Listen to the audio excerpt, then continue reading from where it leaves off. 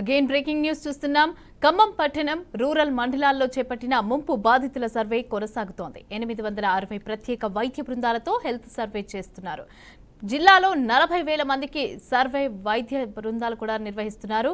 వరదల దాటికి 1000 మందికి జ్వరాలు వచ్చినట్లుగా గుర్తించారు. అదేవిధంగా నగరంలో 100 డయేరియా కేసులు కూడా నమోదైనట్లుగా తెలిపారు. జిల్లాలో తక్షణ సహాయం కోసం 22,000 కుటుంబాలను గుర్తించారు అధికారులు.